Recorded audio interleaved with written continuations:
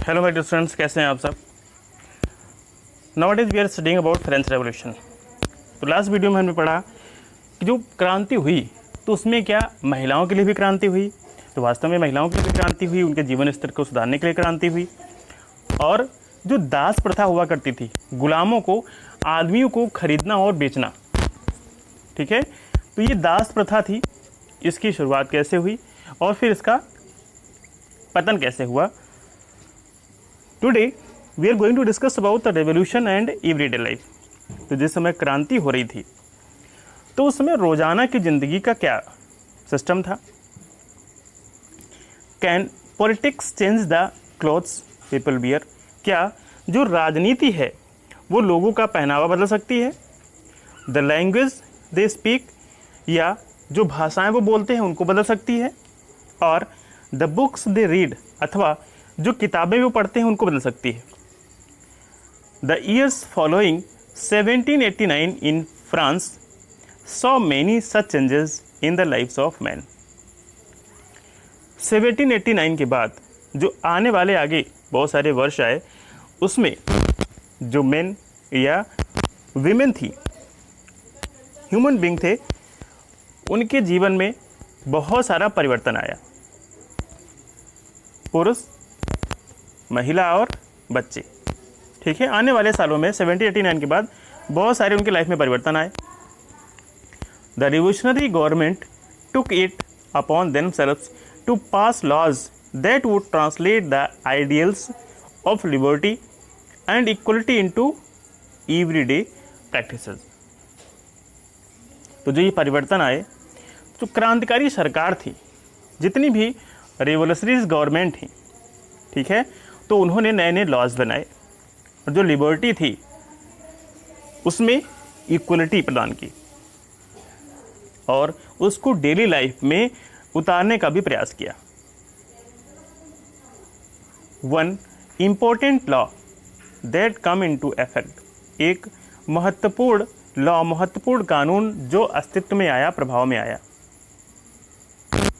came into effect soon after the storming of the Bastille in summer. Storming of Bastille in the summer of 1789 was the abolition of censorship. जो बस्तील के विध्वंस के बाद storming of बस्तील 1789 में गर्मियों में जो सबसे महत्वपूर्ण कानून था, इम्पोर्टेंट बहुत ही लॉ था, वो अस्तित्व में आया। वो कौन सा था? जो सेंसरशिप थी उसकी समाप्ति कर दी गई, abolition of censorship. In the old regime, जो प्राचीन परंपराएं थी, प्राचीन राजतंत्र था, उसके अनुसार all written material and cultural activities, जितने भी लिखित मटेरियल है, लिखित सामग्री है और सांस्कृतिक गतिविधियां हैं, cultural activities, books, newspaper, plays could be published or performed only after they had been approved by the censors of the king. कोई भी किताब, कोई अखबार या कोई नाटक वो तभी प्रकाशित होगा या उसका मंचन तभी किया जाएगा जब जो सेंसर के अधिकारी होते हैं उसको पास कर देंगे, तभी कोई किताब प्रकाशित होगी, तभी कोई न्यूज़पेपर प्रकाशित होगा, तभी कोई ड्रामा हो सकता है। जब तक सेंसर का किंग उसको पास नहीं करता है तब तक वो पब्लिश नहीं होगा। तो इसको समाप्त कर दिया गया। Now the declaration of the rights of man and citizen proclaimed freedom of speech and expression to be natural rights. इसके बाद जो अधिकार थे लोगों के, उनकी आज़ादी थी, लिबर्टी थी, उसको एक उनका राइट घोषित कर दिया गया, नेचुरल राइट घोषित कर दिया गया। आपको बोलने का अधिकार, ठीक है, फ्रीडम टू राइट, और कुछ भी आपको दर्शाने का अधिकार, ये उनका जो प्राकृतिक अधिकार है इसको घोषित कर दिया गया। Newspaper, pamphlets, books and printed pictures flooded the towns of France from where they travelled rapidly into the countryside. शहरों से बहुत अधिक समाचार पत्र छपने लगे, किताबें छपने लगी, एक बाढ़ सी आ गई, ठीक है। तो इतनी ज़्यादा छपाई होने लगी, धीरे धीरे ये शहरों से कहाँ तक पहुँचने लगीं, गांवों तक, देहात तक जा पहुंची। They all described and discussed the event and change taking place in France. तो फ्रांस में क्या घटनाएं हो रही हैं, क्या परिवर्तन हो रहे हैं, इन सब का जिक्र इन समाचार पत्रों में या किताबों में किया जाता था। Freedom of the press also meant, press की आज़ादी का मतलब ये भी था that opposing views of event could be expressed. जब प्रेस थे उनको आज़ादी मिल गई तो उसका मतलब ये था जो फ्रांस में घटनाएं घट रही हैं तो उन पे भी वो क्या कर सकते थे, टिप्पणी कर सकते थे। Events could be expressed, each side sought to convince the others of its position through the medium of print. Print के माध्यम से, प्रेस के माध्यम से लोग अपने अपने विचार व्यक्त करते थे और एक पक्ष से दूसरे पक्ष के दृष्टिकोण को सहमत कराने की कोशिश, एग्री कराने की कोशिश करते थे। Plays, songs and festive procession, कोई नाटक, कोई गीत या कोई जो फेस्टिव प्रोसीजन्स होते हैं, उपहार के जुलूस कह सकते हैं, attracted large number of people, इन्होंने बहुत ही बड़ी मात्रा में लोगों को अट्रैक्ट किया, आकर्षित किया।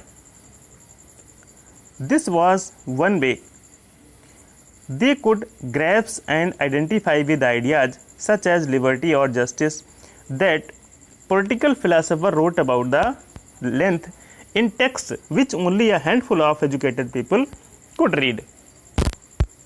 क्योंकि जो फ्रीडम, स्वतंत्रता है और न्याय है, उनके बारे में जो राजनीतिज्ञ हैं, दार्शनिक हैं, उनको समझने के लिए ये लोकप्रिय तरीका था। नाटक, मंचन है, ये एक बहुत ही पॉपुलर तरीका था, पॉपुलर वे था, ठीक है। और जुलूस, जो फेस्टिव प्रोसीजन है, ये भी एक तरीका था। क्यों? क्योंकि जो पढ़ना है, किताबें पढ़ना या समाचार पत्रों को पढ़ना, ये सिर्फ वही कर सकते थे जो एजुकेटेड लोग थे। इसलिए एक नया तरीका, नाटक का मंचन, इसको उन्होंने लागू किया। कंक्लूजन, निष्कर्ष क्या निकला? In 1804 Napoleon Bonaparte crowned himself emperor of France. 1804 में नेपोलियन बोनापोर्ट ने खुद को फ्रांस का सम्राट घोषित कर लिया। He set out to conquer neighboring European countries, disposing dynasties and creating kingdoms where he placed member of his family। उसने पड़ोस के जो यूरोपीय देश थे उनको कांकर करना शुरू कर दिया और जो ओल्ड डायनेस्टीज थी, पुराने राजवंश हुआ करते थे, उनको हटा दिया। उनकी जगह क्रिएटिंग न्यू किंगडम्स, उसने नए किंगडम्स बनाए जहाँ पे वो अपने जो उसके परिवार के सदस्य हुआ करते थे, ठीक है, उसके खानदान के सदस्य हुआ करते थे, उसकी सत्ता थी नए राज्यों की, नए किंगडम्स की, उनके हाथों में दे दी। Napoleon saw his role as a modernizer of Europe. Napoleon अपने आप को यूरोप का जो आधुनिकीकरण है उसका अग्रदूत मानता था। Napoleon saw his role as modernizer। He introduced many laws such as protection of private property। उसने बहुत सारे कई सारे नए कानून बनाए, जैसे निजी संपत्ति की सुरक्षा, protection of private property, and a uniform system of weight, जो भार होता था, वजन होता था, ठीक है, उसका एक नई जो माप तौल की इकाई है, measure provided by the decimal system, जो दशमलव पद्धति है, उसके आधार पे उसने जो भार नाप तौल की प्रणाली है, इकाई है, उसको चलाया। Initially many saw Napoleon as a liberator. शुरुआत में बहुत से लोगों ने नेपोलियन को मुक्तिदाता लगा, as a liberator who would bring freedom for the people, जो लोगों के लिए क्या कर सकता था, आज़ादी ला सकता था, लोगों को न्याय दिला सकता था, स्वतंत्रता दिला सकता था, ऐसा लगा। बट लेकिन soon the Napoleon armies came to viewed everywhere as an invading force। लेकिन जल्दी ही जो उसकी सेनाएं थी उनको लोग हमलावर मानने लगे, इन्वेडिंग फोर्स।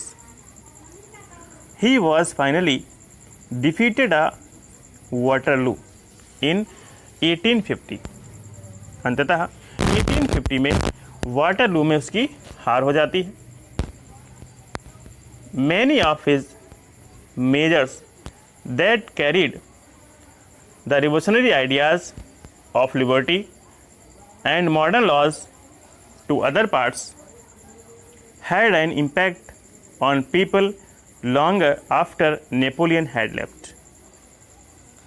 जब उसकी डेथ हो गई उसके बाद जो उसने बहुत सारे क्रांतिकारी उपाय बताए थे, कई सारे हिस्सों में जो आधुनिक कानून बनाए थे, उसका असर उसकी मृत्यु के काफ़ी समय के बाद दिखाई देने लगा।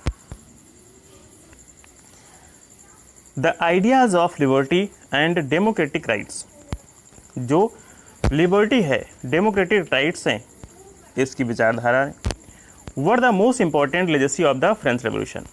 फ्रांस की क्रांति का ये महत्वपूर्ण विरासत थी। स्वतंत्रता और जो जनवादी अधिकार हैं, ये विचार फ्रांसीसी क्रांति के महत्वपूर्ण विरासत थे।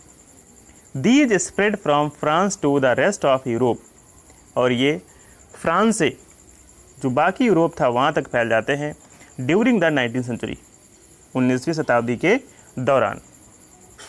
ठीक है, ये फ्रांस से निकल के जो बाकी यूरोप देश थे, यूरोपियन कंट्रीज थे, वहाँ तक फैल जाते हैं। Where feudal system were abolished, जहाँ जो सामंती व्यवस्था थी वो ख़त्म हुई थी। Colonised peoples revoked the idea of freedom from bondage into their movement to create a sovereign nation state. जो औपनिवेशिक समाज थे, वहाँ के रहने वाले जो लोग थे, वो एक संप्रभु राज्य, एक फ्रीडम नेशन की स्थापना के आंदोलन में भाग लिया, और उन्होंने जो स्लेवरी से मुक्ति मिली थी उससे समाज जो था उसको एक नई विचारधारा दी, नई परिभाषा दी। Tipu Sultan and Ram Mohan Roy are two examples of individual who respond to the ideas coming from revolutionary France। Tipu Sultan और राजा राम मोहन राय जो क्रांतिकारी हुए हैं, ये फ्रांस में जो विचारधारा उत्पन्न हुई थी उससे ही इन्होंने प्रेरणा ली। ये जो एग्जाम्पल हैं ठोस, ठीक है, हमारे भारत में जो इन्होंने इंस्पिरेशन ली, प्रेरणा ली, ये उदाहरण है फ्रांस की जो क्रांति हुई उससे इन्होंने कुछ सीखा। Raja Ram Mohan Roy was one of those who inspired by the new ideas. Raja Ram Mohan Roy उन व्यक्तियों में से एक थे जो नए नए विचारों से प्रेरित हुए थे, प्रभावित हुए थे। Were spreading through Europe at that time, जो उस समय यूरोप के माध्यम से फैल रहे थे। The French revolution and later the July revolution existed his migration. जो फ्रांस की क्रांति हुई, बाद में जो जुलाई की क्रांति हुई, उन्होंने उनकी जो इमिग्रेशन थी उसको एक नई दिशा दी, नई धार दी। He could think and talk of nothing else when he heard of the July revolution in France in 1830। France में जब 1830 में जुलाई क्रांति हुई, उसके बारे में जब उन्होंने जाना तो फिर वो किसी और चीज़ के बारे में बात नहीं करते थे। यद्यपि on his bay of England at Cape Town he insisted of visiting frigates, warship flying the revolutionary tricolour flag, though he had been temporarily lamed by an accident. हालांकि एक दुर्घटना के कारण जब वो लंगड़ा के चलते थे, temporarily lamed by an accident, तब भी इंग्लैंड में जब जा रहे थे केप टाउन में, तो उन्होंने जिद की। किस बात की? जो रिवोल्यूशनरीज हैं, क्रांतिकारी हैं, ठीक है, उनको जो ट्राइकलर हैं, जो क्रांतिकारी झंडे हैं ट्राइकलर, उनके युद्धपोत में दिखाया जाए। वॉरशिप में। ओके, तो इन दिस वे आपके चैप्टर फिनिश होता है। नेक्स्ट वीडियो में आपको इसकी एक्सरसाइज मिलेगी। ओके।